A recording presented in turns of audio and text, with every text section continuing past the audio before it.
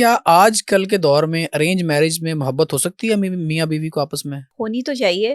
محبت ہوتی ہی شادی کے بعد ہے. یہ شادی سے پہلے جو آپ اپنی زندگی کو خراب کر رہے ہیں ایک دوسرے کو محبت کا نام لے کے، یہ آپ کی ایک ہوس تو ہو سکتی ہے، ایک لست تو ہو سکتی ہے، ایک آپ کی خواہش تو ہو سکتی ہے، لیکن یہ محبت نہیں ہو سکتی. کیونکہ محبت احترام مانگتی ہے، محبت احساس مانگتی ہے، محبت جسم کی بھوکی نہیں ہے. آج آپ نے محبت کو جسم کے ساتھ منسوب کر کے جسموں کی جو ہے وہ یہاں پر کاروبار شروع کر دیا کہ یہ محبت ہے. جی تم مجھ سے اگر محبت کرتی ہو تو تم مجھ سے پرسنلی ملنے کے لیے آؤ. یہ کون سی محبت ہے جس میں آپ دوسرے کو جو ہے وہ برہنہ کر رہے ہیں؟ یہ آپ کی ایک خواہش ہو سکتی ہے، آپ کی لسٹ ہو سکتی ہے، آپ کی کوئی جو ہے وہ خرافات ہو سکتی ہے، کوئی ذہنی کیفیت ہو سکتی ہے، لیکن یہ آپ کی محبت تو نہیں ہو سکتی. محبت تو آپ کو احترام سکھاتی ہے. محبت میں تو آپ دوسرے کو وہ مقام دیتے ہیں کہ جس میں آپ اسے عزت دے رہے ہو. اس لڑکی کو اپنی بیوی بنا کے اپنے گھر لے کر آئیں، آپ اس کے ساتھ ازدواجی تعلق رکھیں، آپ اسے جس طریقے سے مرضی اس سے جو ہے وہ سکون حاصل کریں اور وہ آپ سے حاصل کرے. لیکن شادی سے پہلے، نکاح سے پہلے یہ چیز جو ہے وہ حرام ہے، اور ہمارے اسلام میں بھی حرام ہے. معاشرتی طور پر بھی اس کو برا سمجھا جاتا ہے، اور اس کے سائیکلوجیکل جو ایفیکٹس ہیں نا وہ بہت برے ہیں.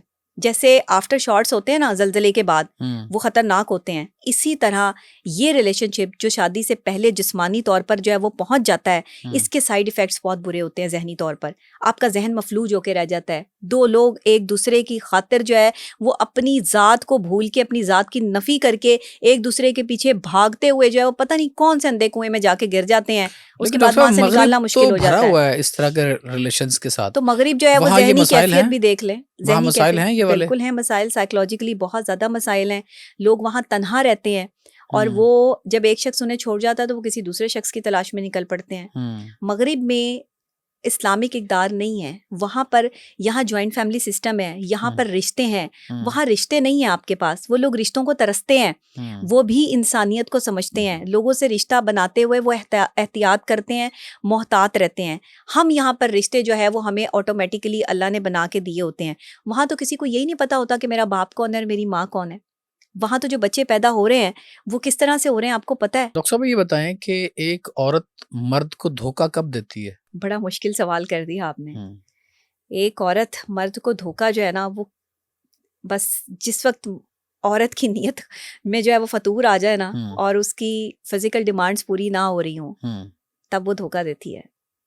جب اس کا شوہر اس کو وقت نہ دے رہا ہو، اس کے ساتھ ٹائم سپینڈ نہ کر رہا ہو، جب اس کا شوہر اس کو بچوں کی طرح ٹریٹ نہ کر رہا ہو، جب اس کا شوہر اس کی چھوٹی چھوٹی ضروریات زندگی کا خیال نہ رکھ رہا ہو، تب وہ دھوکہ دیتی ہے. کیا ایسی عورت کو معاف کیا جا سکتا ہے؟ دیکھیں، ایسی عورت کو معاف تو کسی کو بھی کیا جا سکتا ہے. اگر قتل کا بدلہ جو ہے وہ دیت کی صورت میں ہو سکتا ہے تو معافی بھی کسی صورت میں بھی ہو سکتی ہے.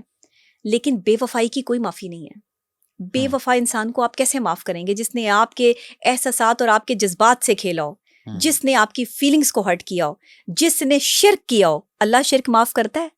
محبت میں شرک نہیں ہے. آپ اگر دوسرے شخص کے ساتھ محبت میں ہیں تو یہ مزاجی آپ کا عشق ہے یا حقیقی عشق ہے؟ آپ نے دونوں ہی محبت کے زمرے میں جو ہے وہ وحدانیت کو جو ہے وہ سامنے رکھنا ہے. پھر ایک ہی شخص پہ مکمل ہونی چاہیے آپ کی حیات. اگر آپ شخص بدلتے ہیں کپڑوں کی طرح تو آپ تو وفادار آدمی نہیں ہیں. آپ تو کسی کے ساتھ اعتبار کے قابل ہی نہیں ہیں.